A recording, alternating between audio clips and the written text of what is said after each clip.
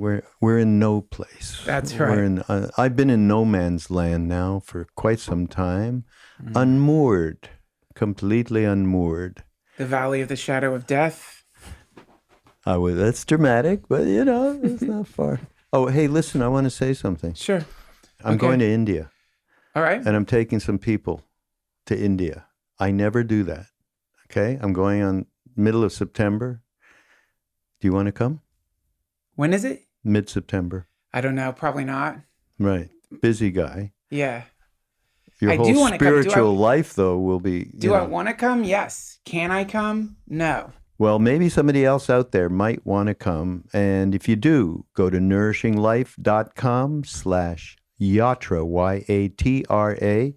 We still got some spots to follow Ram Dass's footsteps in the Himalayas. So that's my little thing. Anybody wants to go to India and be guided to some incredible places. That sounds awesome, Raghu. Yeah. I miss it. I miss India. Yeah. But back to the valley of the shadow of death.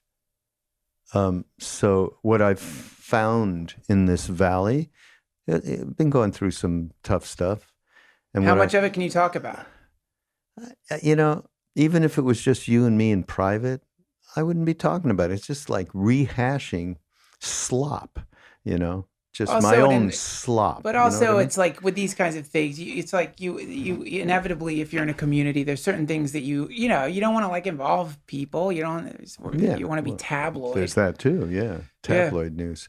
No, but basically, really what's important is a lot of good stuff has come from this, because really you get, when you're confronted with all kinds of obstacles and feeling as I moved, so I'm feeling unmoored and all of that kind of thing.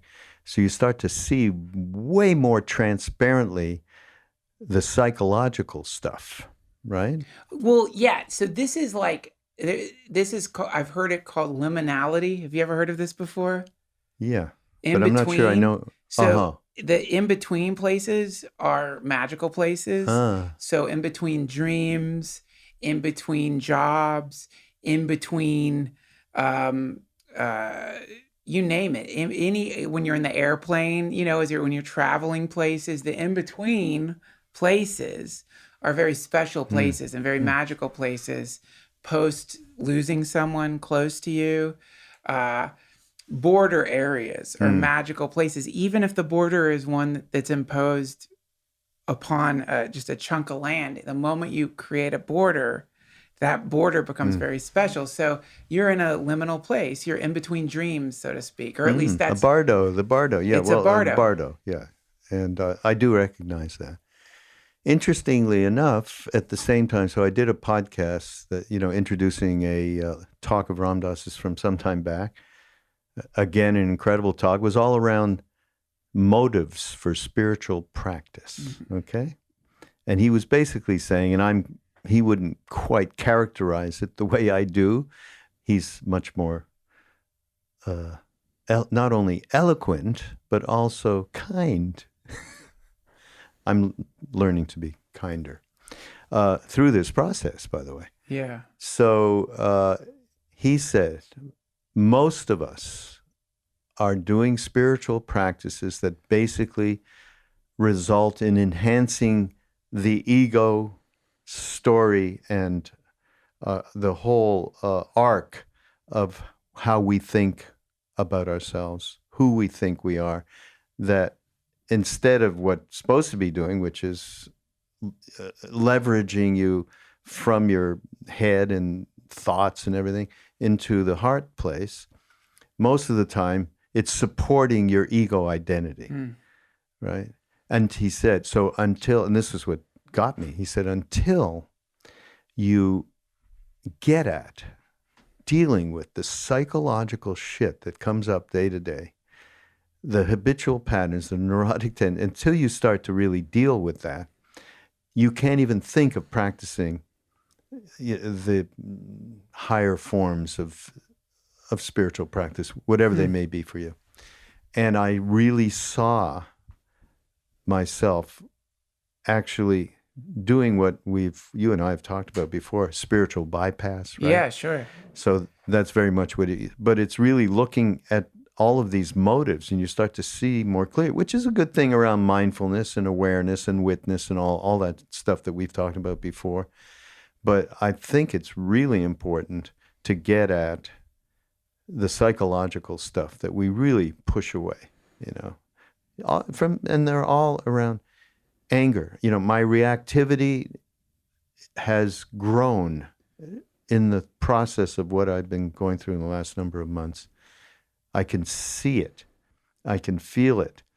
And it's pushed me into a place of, okay, this has to be dealt with now. This can't be shoved under with a lot of meditation and chanting and so on, which is very much a problem. What's the problem? The problem of, instead of meeting head on these kinds of psychological things, I see. You're covering it with meditation. Okay, yeah. In that, by the way, if you think you can cover it up with meditation, or if your practice is covering it up, I wonder if that's even a practice. That seems like more like self-hypnosis or something. Well, most of us are doing all of these things and we're not aware, right? We just are not aware of these motivations. And we're running on a treadmill.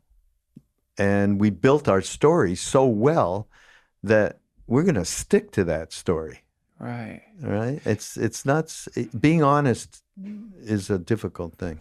The spiritual bypass concept is interesting. I love it because within it is a dream, and the dream is that you can escape.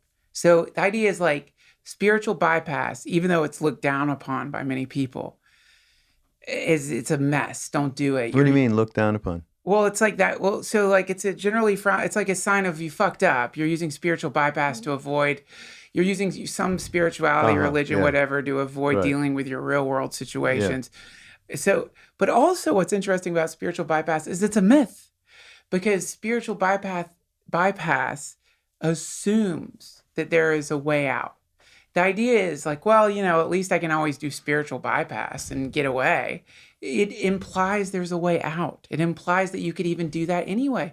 There's no way out. But people don't say to themselves, oh, shit, I can go do an end around here.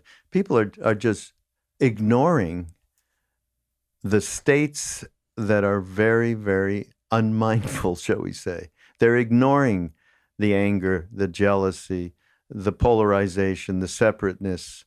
They're making it whole by virtue of the story that we are telling ourselves about, I'm doing this wonderful meditation now, and I'm getting better. I'm getting more focused. I'm getting more one-pointed.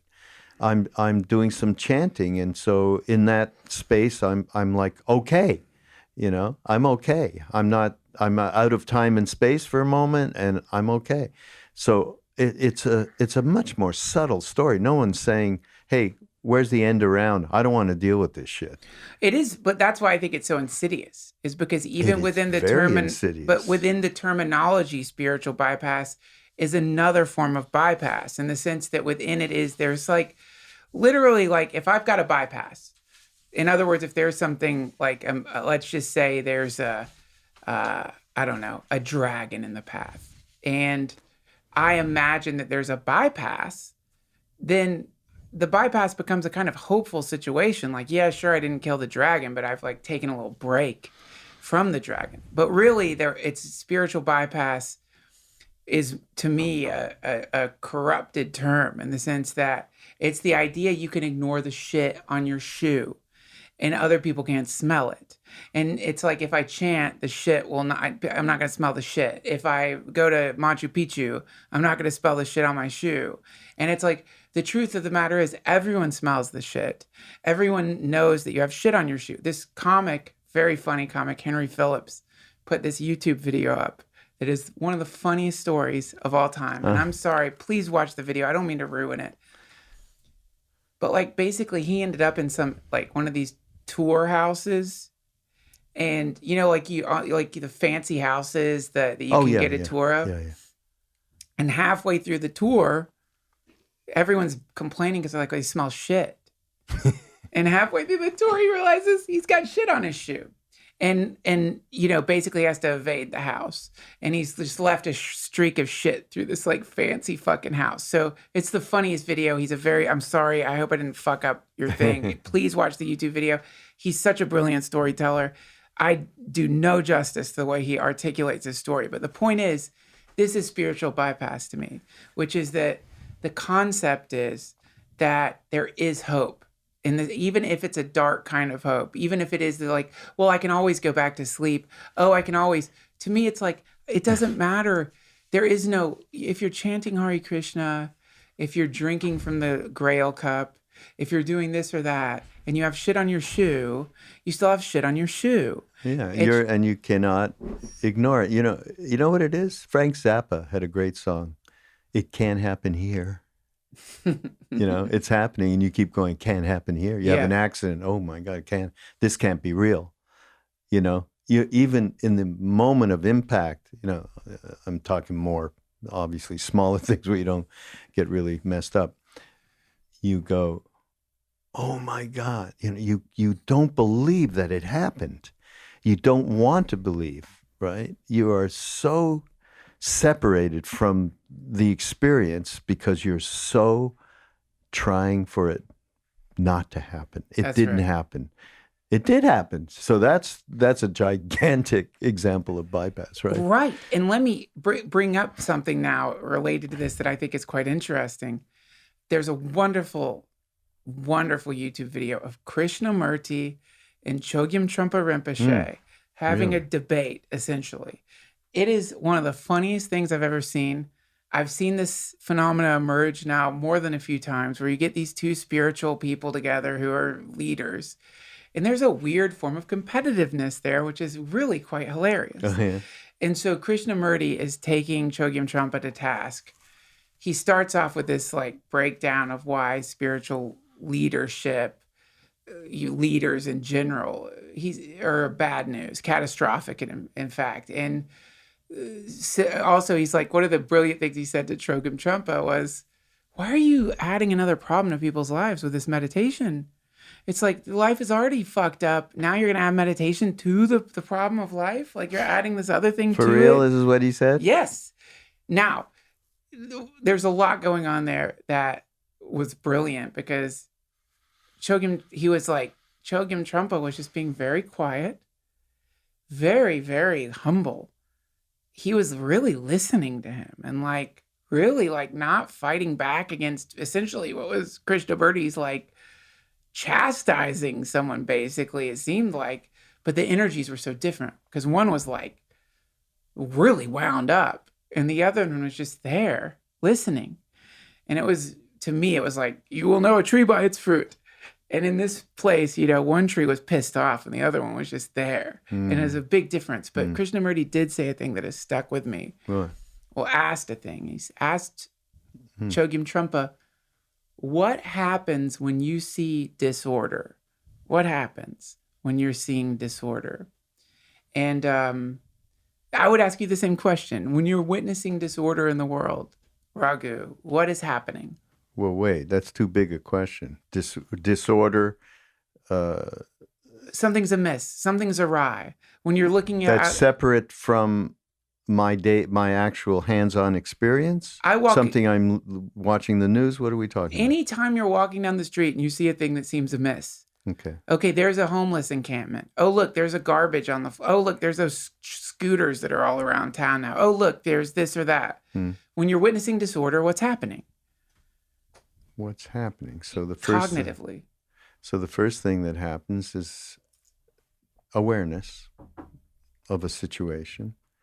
The second thing that happens, in my case, depending on how relaxed, here, present in the moment I am, I would go towards whatever that thing is to see what I could do. If I'm in a place of any kind of contraction, I might go, okay, I can't deal with this, and make a left turn. So it depends on the moment inhabiting what that moment is. In my case, what's that moment when I encounter and I become aware of whatever disorder you might be there? Prior to the action of avoidance or dealing with it, what is happening? Just awareness in the moment of my surroundings, being here with whatever is in front of me. But I think, and again, it's Krishnamurti, so who knows what he's fucking saying. But I think what he was saying is, you're seeing your own shadow when you see disorder. When you see disorder, I walk into a room that is a mess, and I think this is a mess. Well, another person walks into that very same room and thinks this is a very clean room.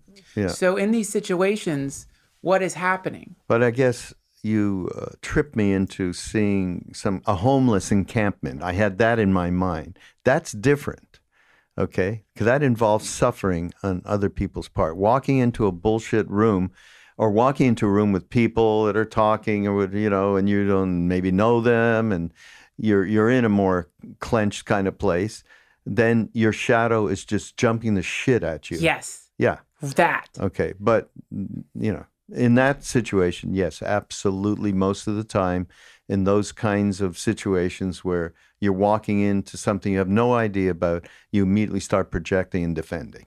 Do you think it's safe to say that it's not just in that moment, but fundamentally, when you're seeing disorder in the world, really what you're seeing is yourself? That you're carrying the lens of disorder around with you based on your expectations? Yeah, I do. But I don't, in a situation where there's people involved that are suffering in one way or the other, if you're still in that place of projecting and defending, too bad. It's not a great thing, But even though I may walk into a room, is what I'm saying. I may walk into a room and I see people I don't know, whatever, and I'm projecting and shadows, the whole 9 yards that he's talking about. Okay. And the next moment walk out of there into face an encampment where that shadow is gone. If I'm in an open place and I'm connecting with compassion in any way. You can't just walk into something like that and go, okay, I got to ignore it. So it's not black and white. And by the way, just to change the subject a little bit, not really, this thing of Krishnamurti meeting up with Trungpa.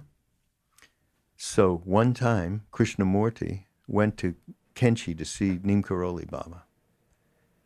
And he stopped by there. He must have been up in the Himalayas. And one of our mentors was with Maharaji, and they went to the river, just the two of them, to talk. They were sitting on rocks. Yes. He was close enough to hear what they were saying, right? So Krishnamurti said, what's with you? You got all these ashrams and you're building ashrams and, you're a sadhu, you're a yogi. What do you need to have all these, ashrams and buildings and brick and mortar? Yeah. I don't know if he said brick and mortar, but yes. Maharaji said, you're right. You're absolutely right. It's how I get my grub. That's what he said to him. And then he said, but you seem to go around lecturing around the world. Isn't that how you get your grub? Wow. What did Krishnamurti say? The conversation ended there. Krishnamurti was he's still got a weird spirituality cop. Seems like he was just flopping around yelling at everybody. Yeah, really. But to me, your answer, to go back to this concept of spiritual bypass. Yeah. To me, the first thing is the recognition that as long as there's an identity, you're going to be carrying the disorder around with you. There's no way out of it. There's no way out of it. Your spiritual bypass is not really anything. It's just more nonsense because it's total nonsense. It's total just self-indulgent bullshit. But it's not bullshit because we're human and that stuff happens all the time, And here's something that addresses this that Krishnadas said. I just happened to pick it up, and I went, because I wanted to talk about this. I don't even like the term spiritual bypass, because it's another That's one what of I mean. those words, mindfulness, and it's Ram Dass's thing about spiritual motives, okay, really being able to witness your motives and see where you're just using this shit to feed your ego, okay? So he says, if we keep running away from stuff, how are we going to stop? We'll keep running. We have to learn to turn and face some of these things head on. Yeah. And that's what I was saying. It's funny, he said that. It takes courage. And that's that whole story we've told a number of times about Maharaji being in a room. Krishnadas was in the room with him, and it was a close Indian devotee. And Maharaji said, who was translating, he said, courage is a very big thing. And the Indian devotee said, no, it's bhakti yoga, the guru, grace, does everything. And Maharaji turned to Krishnadas and did that thing with his finger, exclamation finger. Courage is a very big thing. So that courage is what it takes to turn. It's to make the turn. It's that little turn. It's just a little turn. Yeah. Right? And courage is hard. Facing all these things inside of us, face all those miserable, selfish, self-centered, greedy, nasty crap that we think all the time about people, about ourselves. It's horrible. But you have to look at that. If you never look at that, it'll never go away. It'll stay in the background. You have to look at that stuff. And that's essentially, after all these years, Duncan. Oh, by the way, yeah, we didn't say who you are, but if they don't know who you are by now, our listeners, they never will. We could just do an intro. You Nah. could redo. Who cares? Yeah. Even who cares who I am? It doesn't matter if I'm the king of frickin' Persia. Bhutan, I was going to Bhutan. say. Who gives a shit? Yeah. Anyhow. I could be a talking badger. Doesn't matter.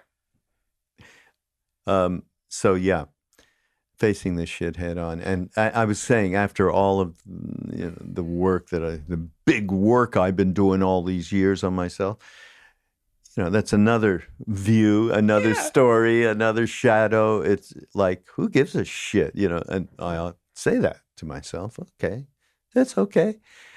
I'm having these habitual tendencies, neurotic tendencies, the psychological blah blah come up through that. What was that intermediate, Bardo, you were talking about? Liminality, the liminal place in between. Liminality, L-I? I think so. Uh-huh. Okay, we'll have to check that out. Subliminal, under the middle. Uh-huh, right. Okay, Liminal. so liminal, subliminal, yeah. So within that, this has all come up. So you're absolutely correct that this has been a real opportunity. I mean, I'm seeing it as a real opportunity. Although, pain is there, though. Pain is there when you see. Because I moved. Here's just a stupid example. Sure. I had to change addresses, change bank, addresses for banks. So at one point, I was doing this and I was getting tired, and the person on the other end kept, shall we say, making some small errors, and it wasn't going through, and I was getting more and more reactive and frustrated, and I just watched myself. I couldn't let go of it. I wanted to be there, and I couldn't believe that I wanted to be there, going, what the fuck? I just told you. Yeah. Here's the right address. Yeah. 124.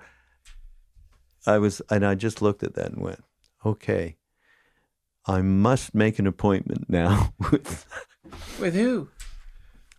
with Mark Epstein. Oh, yeah, right. A psychologist. Psychiatrist. Forget psychologist. He can prescribe. Yeah. Anyhow, yeah. So, which reminds me of the show that you don't watch, Ray Donovan. I told you about it. After he tries to kill himself at one point, so they had to get him a psychiatrist. Turned out Alan Alda played the role. Yeah. And I'll really help you. And Ray, here's my card if you want to call me. And he never calls him. And then by the end of the season, though, after he's killed 14,000 people and gotten the shit beat out of himself and beat everyone else up, right at the last minute of the last show, he takes his phone out, he gets the card of the psychiatrist and calls him and, "Are you ready, Ray?" "Yep." Are you ready? That's how I feel. That's great. After all this shit. I'm ready finally now. ready. I'm ready. For what? Just to face, as we just said, head on some of these psychological things that I am sure I've done the broom sweep on. Okay. So Yeah, I well- think, so for everyone, that's extraordinarily important. And again, back to this thing with Ram Dass that I introduced. It's true. You can't have the openness and spaciousness that Trungpa Rinpoche talks about in relation to, say, meditation.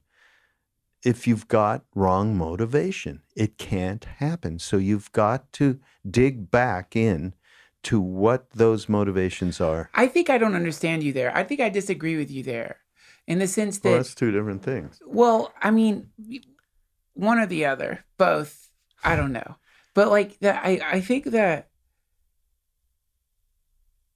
you sit down and you stay still for whatever length of time it is. And within that, you start getting a sense of the world you're creating, the way your mind is like processing and outputting and creating a world. Within that is the bad motivations, is within that space, the bad motivation. Well, it all becomes clear. You have something to read. yeah, I will, but I want just to address that. In fact, and we get a bad motivation. I don't like bad, good, All and of it. bad, just motivation that is uneducated. I just saw a sticker. Uneducated action, karma. Say it again. Uneducated action, Oh, karma. Yeah, I thought it was great. Anyhow, so it's uneducated. Just Yeah. say it's uneducated. It's intention. You're going into something and there's some subtle, way down, deep. It's not like, okay, I'm going to meditate, so I'm going to be enlightened now. It's way down deep where there's an effect is supposed to happen. There's something supposed to happen. Even if it's just, oh shit, I actually could watch my breath for 2 minutes. Unbelievable. Whatever it is. It's Joseph Goldstein had a great thing about this expectation. We did a whole podcast about this expectation, this motivation. So it's not bad, but it's supporting the ego structure. Well, this I want to talk about. This Wait, let me just sorry. finish though. So it is doing that, but at the same time, you are right. And what's happening is you're in the doing of it. These other states can come that actually undercut the bad motivation. Well, Eventually, you're doing it for the right reason. It's the difference between. I think we talked about this. It's the difference between a fish shitting in a bowl and a fish shitting in the ocean. People don't complain about fish shit in the ocean. Plastic and stuff, they complain about. Fish shit, no one, I can't even think of a time I've seen fish shit in the ocean. It's too much water. So to me, this thing that we're talking about is that we are dealing with the situation of hyper compression into something that we think is our identity, which is really just tuning into a very dense feeling state that if you start unraveling, it has within it all the psychological stuff that we're talking about and past life stuff probably and all that stuff. But this is what Trungpa says compares to, he says, you walk around and suddenly it feels like everything's against you some days. The horns, you hear a car horn and you think it's someone beeping at you. You see a thing and you think someone's glaring at you. Yeah. This is happening relative to a practice. And he says, suddenly you begin to get the suspicion that you're haunted.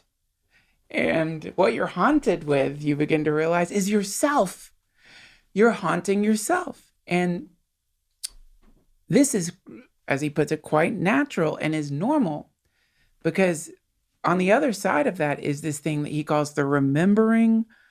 It's a remembering state. So in other words, like that moment that happens when you're sitting, that moment, I think he calls it the fourth moment, the gap, the liminal state. Yeah. That fourth moment that happens where suddenly, just out of who knows why or what or when or why, it just happens. Where all of a sudden, just for that wonderful moment, suddenly the liberation moment happens. And in that moment, it isn't all that bad motivation. It's just here. You're here. You're here. Yeah. And so even let's say a motivation that has a cause behind it, hoping for an effect, it produces that state which, as I said, undercuts that kind of motivation. Then it just dissipates. Here's this thing with before you read that real quick, just to finish the Trump point, because there's a ending point to it. These two states, as he puts it, the fourth, whatever you want to call it, the moment, the in-between moment, the gap, this place where you're like, that, whatever that is, and all the bad motivations and good motivations, you can't have one without the other. In other words, for an identity to exist, for you to exist, for me to exist, for this to even be happening, we need the bundle of stuff, the bad motivations and all of that stuff to meet this other thing, the awareness field, whatever you want to call it. What I'm saying is the two... Yeah, of course. It's why we're in a body. It's why we're in an incarnation that has all this stuff, which is perfect for us to use to transcend, into transcending. This is where this is what I'm trying to get at, is there is, the reality of it is this thing that we are, with all the bundled motivations and all the shit that's good and all the shit that's bad, my fucking anger problems, my latent alcoholism, my fucking, evading reality to go into psychedelics or go into trying to be a famous person or trying to be a fancy person, or all the stuff that is part of the Duncan Trussell package, unfortunately. All that stuff. Yeah. Right? This doesn't change. No. At all. But that stuff is so dense and loud that other thing that he's talking about gets drowned out. That's all I'm saying. So these two things, or at least what I'm thinking these days, is that if I give up the project completely, which was my original conceptualization of what is possible, in other words, I'm going to be loving awareness now, or I'm going to be this, or I'm going to be that. If I give it up, I think that's the courageous part. I was walking down the sidewalk today thinking, man, what if I just give up all this spiritual bullshit? Like literally just give it up. Like forget it. It was a phase, whatever. It was just a thing that happened. Give it up. What would happen then? It was really an exciting moment because I'm like, whoa, that's crazy. Whoa, what if, because, all of us, the courage part, I'm sorry, I want to get to the courage part. The courage part is Jesus and the blind man, or the rich man. The rich man comes to Jesus and says, I want to follow you. And Jesus says, okay, give all your stuff away and we'll go hang out. And the rich man's like, I can't give all my stuff away. And Jesus says, well, it's easier for a rich man to get through the eye, it's either for a camel to get through the eye of a needle than a rich man to enter the kingdom of heaven, right? Mm-hmm.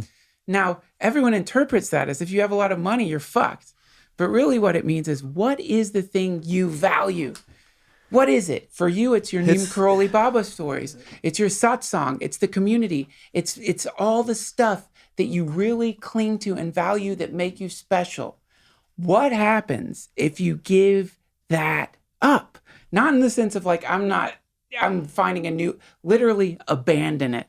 Abandon all of it. Who are you minus all that stuff? What do you become when you drop the entire load? That is the purpose of all of this, isn't it? And you know what? Your Duncan Trussell-ness is not going to change. You are right. This is it. You got it for the rest of your life. Yeah. Right? Isn't that a relief to be that hopeless? It's a relief. No, it's not a matter of hopelessness. It's a matter of, like Trungpa. I mean, I was in places with him more than once, and you could tell that his Trungpa-ness, he was not stuck there. He was not glued to that thing. Yeah. He was, and that's where we all aspire to get to. It's not like the Raghu-ness is not going to change, whatever my personality, your personality. I mean, what's going to change and what has been changing, it just took a little bit of I don't know what, a left turn here. Not really, because it's given me much more bullshit to work with. But the glue starts to loosen up, and you're not attached to that thing, to that story, to anything. Yeah. And Trungpa exemplified that, because he was way out there in the world with his suits and, and all the shit that he was involved with sake and, the multiple partners and all of it. Yeah. I mean, he dug his way, and of course, people judged him big time for it. Sure, of course. But the reality is, I could see that he had no glue with that Trungpa-ness. And he was delighting in it. He was having a good time. That's the best. And he was, so he was, the gap between thoughts, this is from Mingyur Rinpoche, who is just phenomenal. We've talked about him. I did this podcast. Anybody out there hasn't seen, never mind listen, seen Mingyur Rinpoche with Krishnadas and I, because we video everything we do. So just to see this level of clarity, awareness, and love is extraordinary. You get to see somebody's really living it.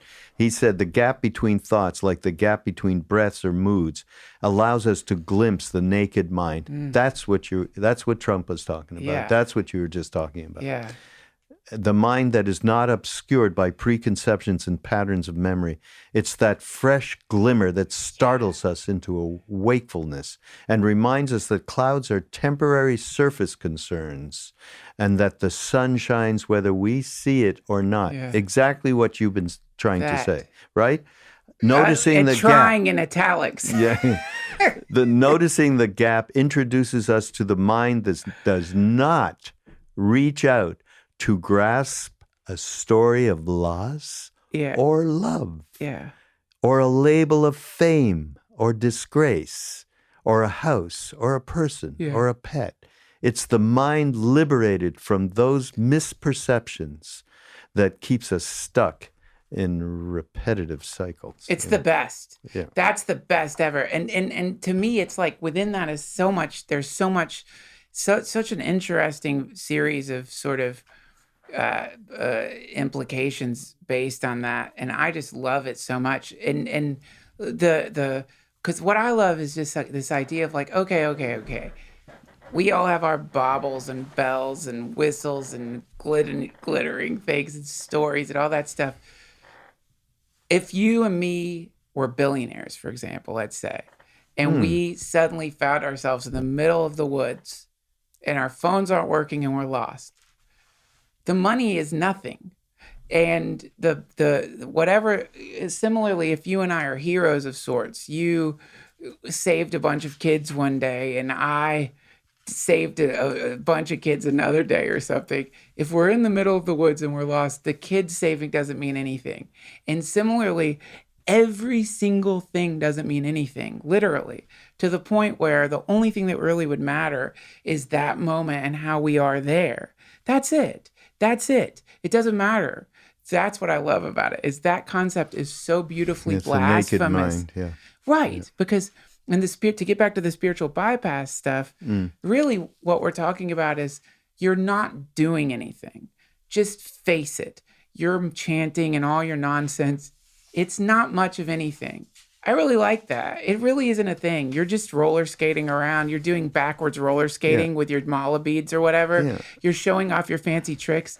You're pretending that there's a bank account where you store your japa, that every single time you do a repetition of the holy name, it gets clinked in some imaginary metaphysical bank account that builds up to some point where at some moment suddenly you gain some transcendent knowledge. All of it is complete, absolute horseshit. There's no medium it's getting stored in. There's no storehouse of your good chantings, your good meditations. You're not getting abs in some metaphysical astral body. If we were to present, if that was the presentation in the beginning, which I think is the honest presentation, then I think that people would be a lot less disappointed down the line. Because if you go to someone, you're like, you're not going to get better. This isn't going to change. You're not going to get you're not storing up this and that. All of that stuff, that idea that you have, it's all just not what it is. You should go to the gym. Just start working out. You need to go work out. Start painting and become a really great painter. Wait. Run that back. I mean, really. I mean, the reality is people, you're too complex. People get in pain. They suffer. We suffer. Okay? Terrible suffering. Feeling of separateness, loneliness, all of it. So you look for community. You read a book because you're looking for something that's going to give you a perspective that you so far have not encountered. Yeah. You did that. I did that. That's true. Right? And then you do start to do these spiritual practices. And you're told, do meditate and get one-pointed and you'll this and you'll that. Yeah, all of that goes on, but it doesn't matter. It doesn't matter because you have a path, a dharma. Every one of us does. And every one of us has a guide, whether you want to call it a guru or anything, something inside, intuition that you're open to, that's not colored by your judgments and wants and repulsions and all of that. So this thing happens on its own. That, yes, it does hopefully proceed to the point where you actually go, wow, I am not believing in my thoughts the way I used to. I am not reacting and judging the way I used to. I am now, I did some psychedelics and I have the idea that, we are really connected. And what does that mean? And you do further investigation. Shit happens on its own and it has its own momentum. It is our true nature and it evolves in that way. There's this great story, again, something we've probably talked about before. Ram Dass says to Neem Karoli Baba, isn't it true that karma and grace are the same? Okay? Action, whatever actions are going on that you are doing, they are completely within the universal dharma. Okay, sure, cool. You know what he said? No. He said, I can't talk about that in public. What? Ram Dass went, what? And then he went back and he sat down for a while and he goes, I don't know. I'm sure that karma and grace are one. And suddenly a messenger came, Dada, and said, Maharaji told me to tell you. Ram Dass had thought it can only be that karma and grace are one, action within grace, the universal dharma. It could only be that. And then he was sent a message, tell Ram Dass he and I understand each other very well. So I asked this question to Siddhima, of course, decades later, maybe only within the last 10 years, probably 10, 12 years. I told her the whole story, and she said, there is no way that a human in duality can understand that concept. So you act like it is not true and then wait. Yeah. So that's a big thing. That's the mystery, That's cool. You got to respect that and go, okay, that's why I love His Holiness the Dalai Lama and his whole thing around secular ethics. You don't need to be a Buddhist. You need to be kinder, more compassionate. Right. That's what, so my work religion on that. Is kindness. And my religion is kindness, So all that stuff. I mean, again, let me just try to say it in a different way, because I'm not saying the retreats are a waste of time or anything like that. I'm so lucky to have come into contact with the spiritual community and for a lot of different reasons. one of them primarily being that if finally someone was able to get across to me something that got me to start sitting every day, and that like that was great, and I'm so glad that happened. But within that place of a really wonderful thing has happened, which is that it just does not seem special. It doesn't seem like what I'm saying is, I'm not saying it doesn't seem special. It's not a big deal. And to me, that has been one of the greatest like things, is that really the like, and hilarious to me is all of my God-forsaken, egoic, spiritual bypass bullshit, which is to basically apply like a crunch gym or a equinox gym ethic to the spiritual path. Yeah. You know what I mean? Like Yeah. a sense of there being anything that's going to be different. I was talking to a friend of mine, and he's like, jokingly was like, I guess you don't get angry in traffic now that you meditate. And I loved it, because I was able to say, no, I got bad news for you. It's not going away, man. I didn't say that, but what to me, it's like the bad news is the good news. The bad news is where the delight happens. The bad news is where finally you really make friends with yourself. Not make friends in a bullshit way.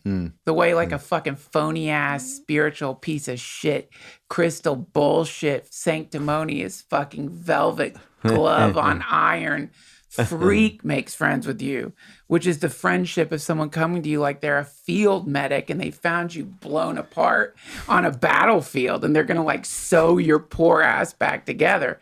That's not friendship. That's power and control and bullshit. But the friendship of someone who's like, I like you just the way you are. To me, that's the best. That's real friendship, and that's fun. Then you can start having fun. Because wait. I like you just the way you are. Maybe we could have a different mantra. You're just fine. We're doing fine. You're just, we're human, and it's fine. You freaked out at the fucking driver who cut you off, whatever it is. That's okay. To immediately put in a different tone.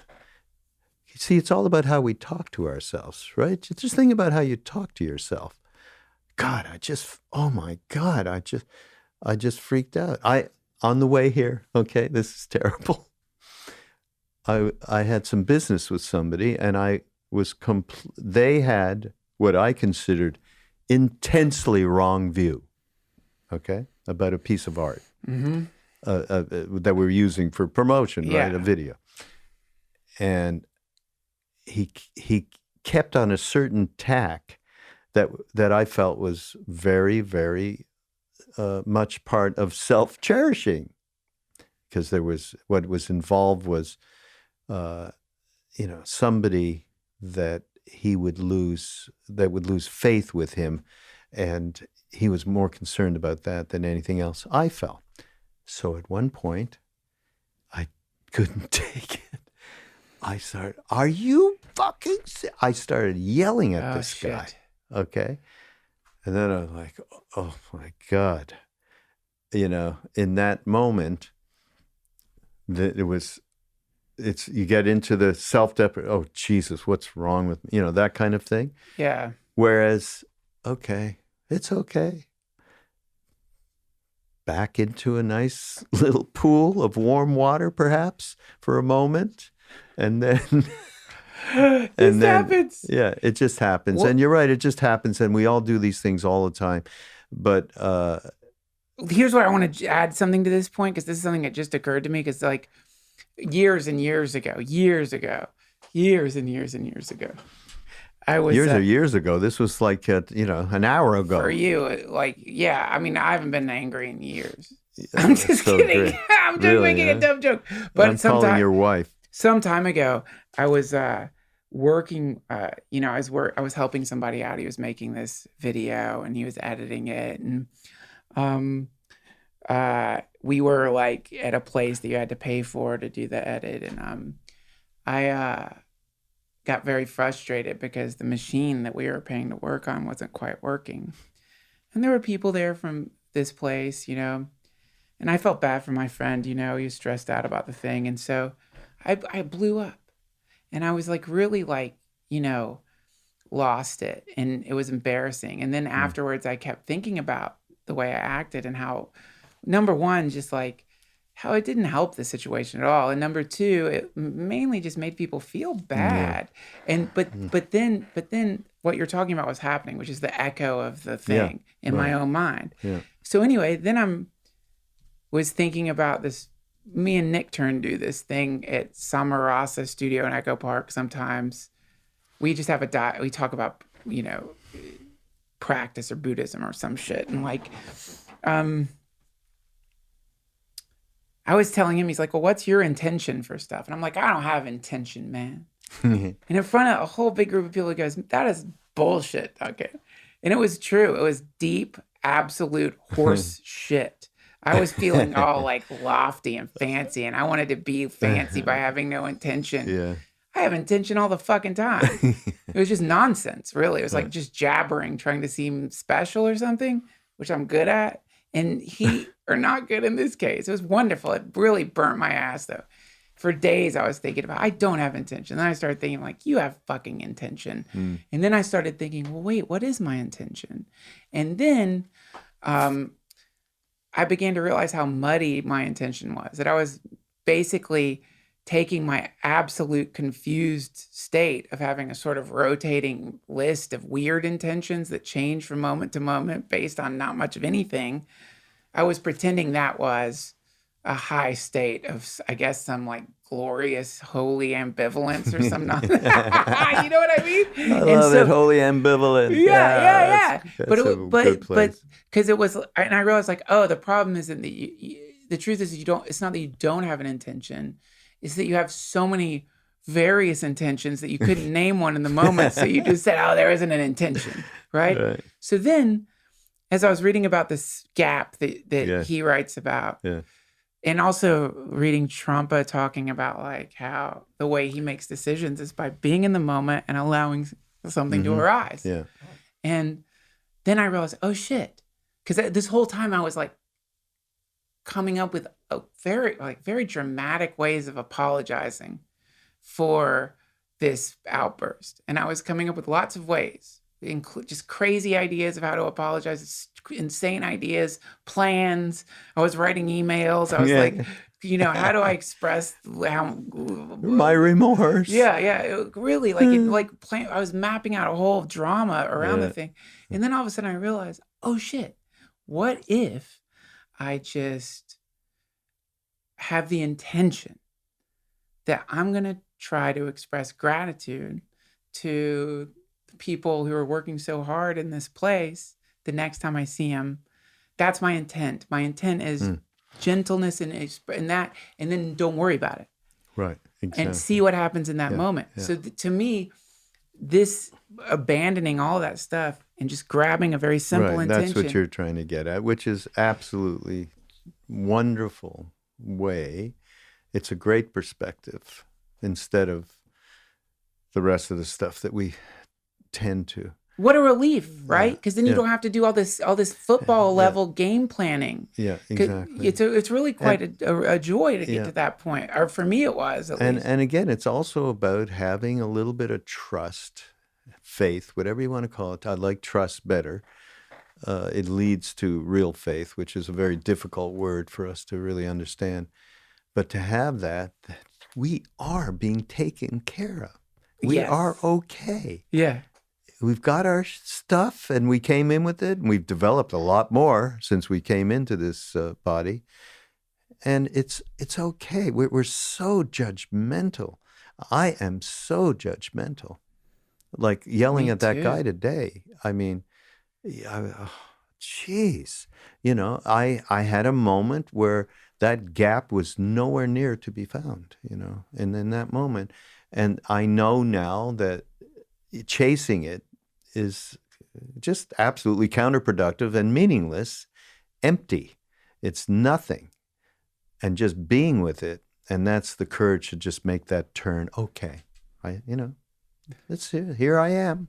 This is what it is. That turn feels so fucking vulnerable sometimes. Yeah. That turn is like, my God, when you really make that turn and you end up doing it, I love the turn that you're talking about because you don't just make it once. You have to keep making that damn turn, depending on how fucked up your steering mechanism is. You know what I mean? You might have to hold the wheel all the time. Right. But that turn, to me, I love it because when you're making the turn, people maybe will pop up in your head. You might literally have someone. I have people when I'm making vulnerable turns like that who influence me, who like usually like hyper masculine people will pop into my head who are like, what are you doing, you pussy? Yeah. You can't do that. What are you just going to give up here? You're right. What the fuck? Let them know not to fuck with you. I don't know why, but Raghu Markus came into my mind when you said, what the? I could see him there because he's so, in the gym. Aubrey is just fantastic. But he's very sweet. But I know he's the sweetest guy alive, and not to be in the Raghu Markus club, but it's a great club. It's a great club because he's really honest with himself, and that's what I love about Aubrey. Yeah. Me too. Yeah. So, but you know what I mean? I'm saying the turn is funny because as you're making the turn, it kind of knocks up, like in the way when you're making a turn in a car, it knocks up dirt. That turn knocks up all these mental things, which is like first of all, the person who even gave you the impression that there is a turn to make, or the boundaries become clear. That's what I'm saying. That's big as well. That there's a turn to make. That you can always start over. That's Sharon Salzberg's big thing. Yeah. Just know you can start over. It's okay. You got that. We got it. As human, we can start over. All the way down to the very last second, you can start over. I love that, which is why I love, like, particularly abandoning. Like, this is why I love the Bhagavad Gita verse. Just abandon all varieties of religion and surrender unto me. God, Jesus, that's such a great thing to think about, which is like, the invitation is forget it. Added to that is the, he who is attached to the flowery words of the scriptures is like someone who drinks water from a well and it flows everywhere. These are two reminders of like, if you have the guts, not just to give up the obvious shit. I mean, on one level, think how easy it is to give away your money, give away your car, give away all that stuff. You know what I mean? I'm not giving mine away. But in a weird way, just think how easy it is. Like if someone came to you with a gun and they were like, give me your fucking car, you could give that up. If someone's like, you can give up all your material stuff, but now think about the stuff that's a little more difficult. For me, it's like, well, I don't want to give up. I'm a podcaster. Don't want to give that up. No. What I don't want, and this is why I like the name of this new Ram Dass documentary. Becoming Nobody. Yes. Yeah. Because it's like, really, not become nobody in the sense that you happen to be a nobody that everybody knows is a nobody. You know what I mean? Don't become a famous nobody. Become a nobody. Yeah. Sink back into the background. What about that? Can you do that? Can you sink back into the background? It's more than that, though. And the best example I have is my example with meeting Ram Dass the first time.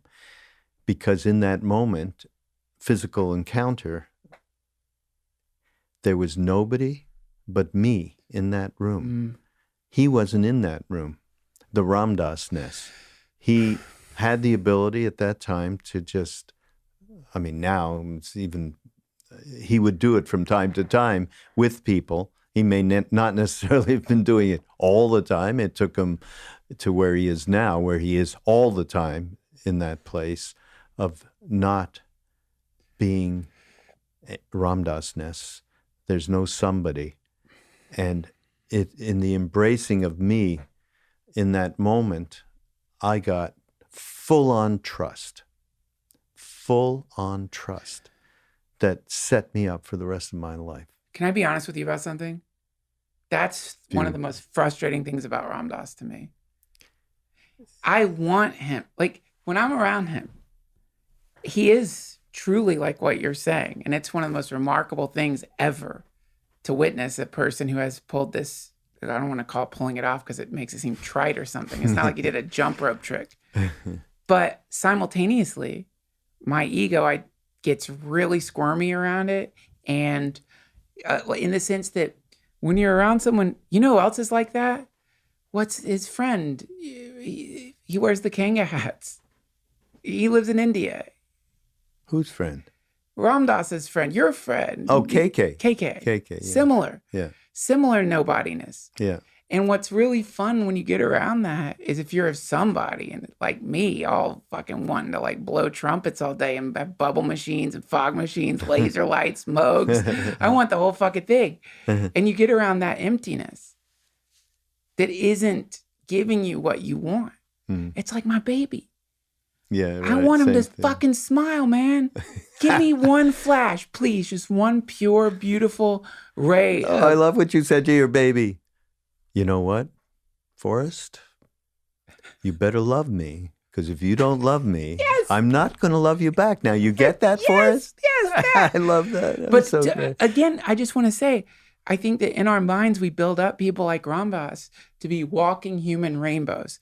We expect them to blow rainbow light out of them, to be these kinds of like things that we picture it. And when you encounter that kind of emptiness, you can only see your own, like the fish on the, that. Yeah. And that can be a very, very like, I know, and that's all squirmy great, situation. you know. But the reality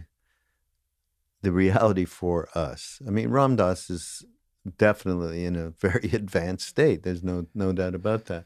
The reality for us littler chickens here is that when you make that turn, the courageous turn to face whatever, and in my moment with this guy, I did by the end of the conversation, I made the turn, and obviously I had calmed down, and I just, as I made that turn and was a bit kinder in my tone, in my speech, in everything, because I was unkind, he got receptive as well. He got kinder.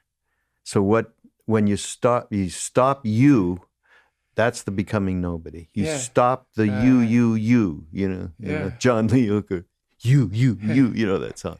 Oh God, you stop that and the whole world changes, and it's That's right. By the way, that thing you're saying there, because the idea is that Krishnamurti thing I really liked, which is that theoretically, if you're carrying the disorder around, the moment you're not you anymore, you see a world where there's no disorder. Yeah, right. And And it's back to that, yeah. And to me, that's a pretty wild thing, because most of us live in a world defined by order and disorder.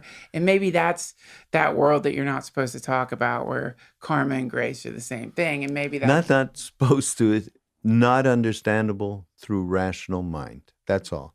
It's not that we can't talk about. Maharaji said that because he's living that.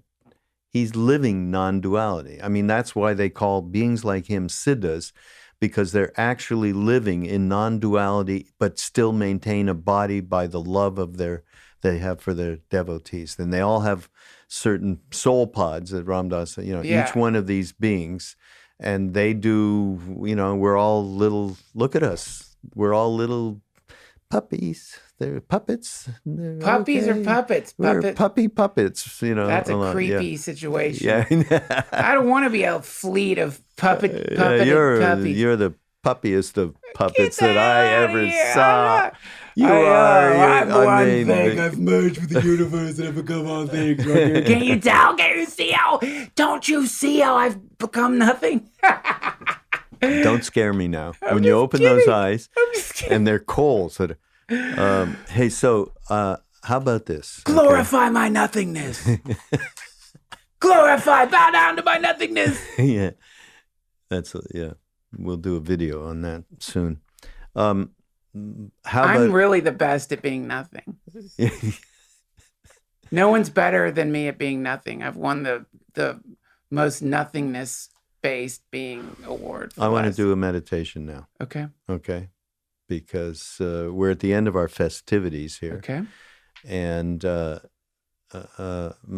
I have gotten a transcription of a guru meditation from Ram Dass. Okay. Since we're talking about him, from my son Noah. And you ready? Yep. Okay.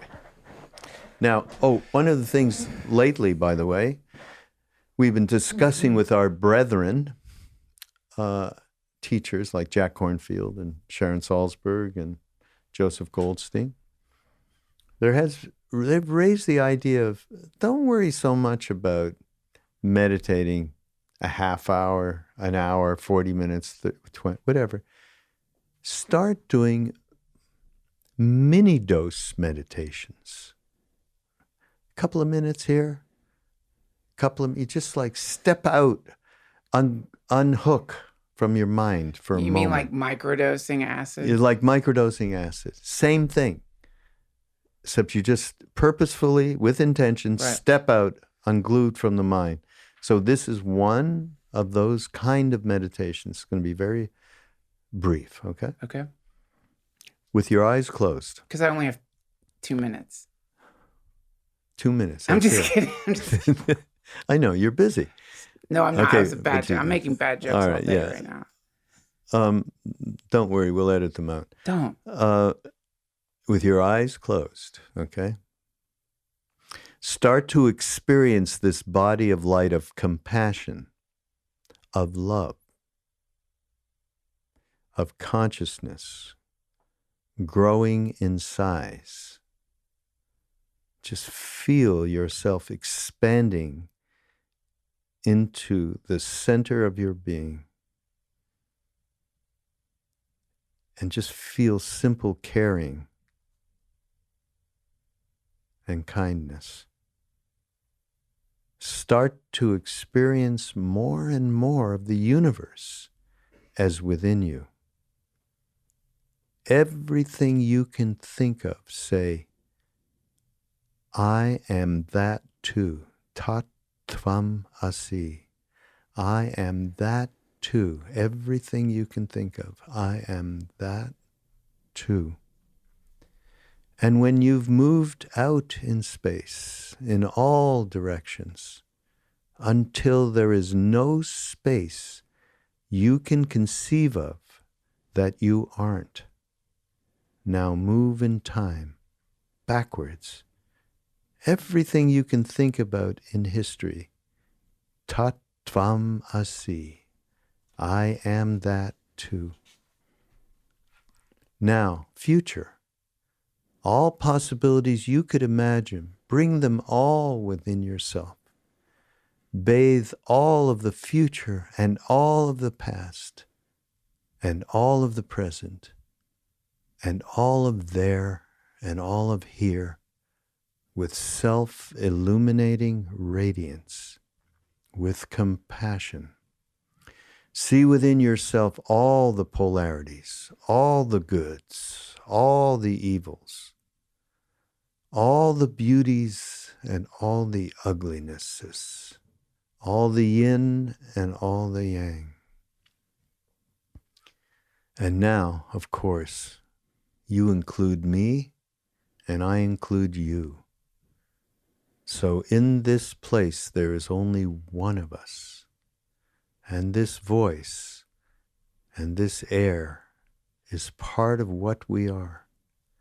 And within us, all the laws of the universe are reflected in all of the forms. And if I am it all, then the word I has no more meaning, because there is no not I. And so there is no I. Here and now, there is only isness, just being, just being.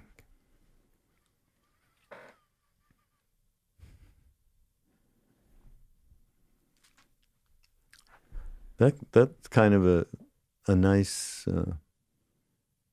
overview. That meditation is everything we were talking about, where we want to get to, just being.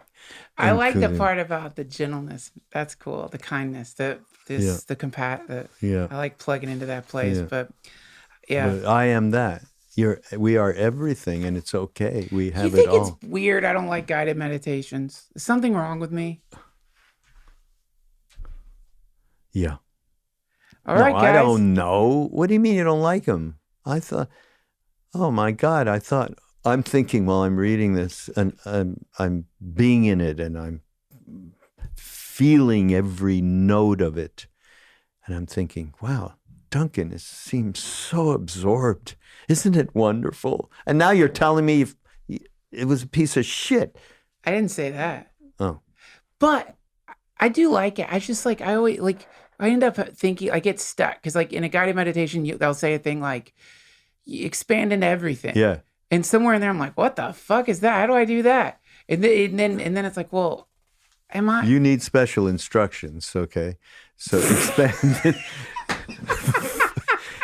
It's like Braille. You're going to need some help, okay? Expand into.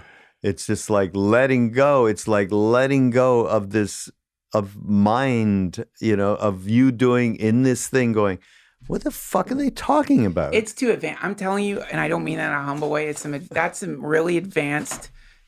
That's what y'all do anyway. You all forget. Like some of us are truly like preschool, or like literally, like I'm just enjoying just sitting still, and like. All right, next time we'll do a meditation where there's no guidance, but it's not very good on a podcast. It's unfortunate, but we'll have to figure. There's going to be a guided meditation in front of this one that I will do. You will? Yeah. Okay.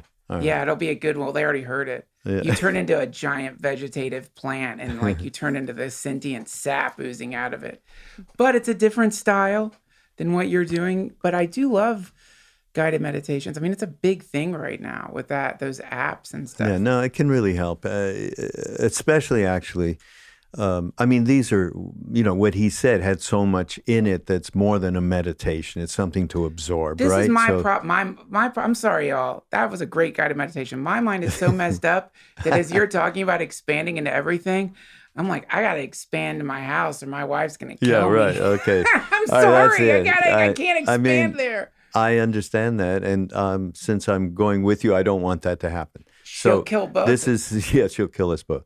Okay. Thank you very much, Mr. Trussell, for joining me here. And thank you for listen, I don't mean, sometimes I think I come across as like edgelording, as it's called. In other words, like I'm going to say something blasphemous and edgy to be fancy. Oh.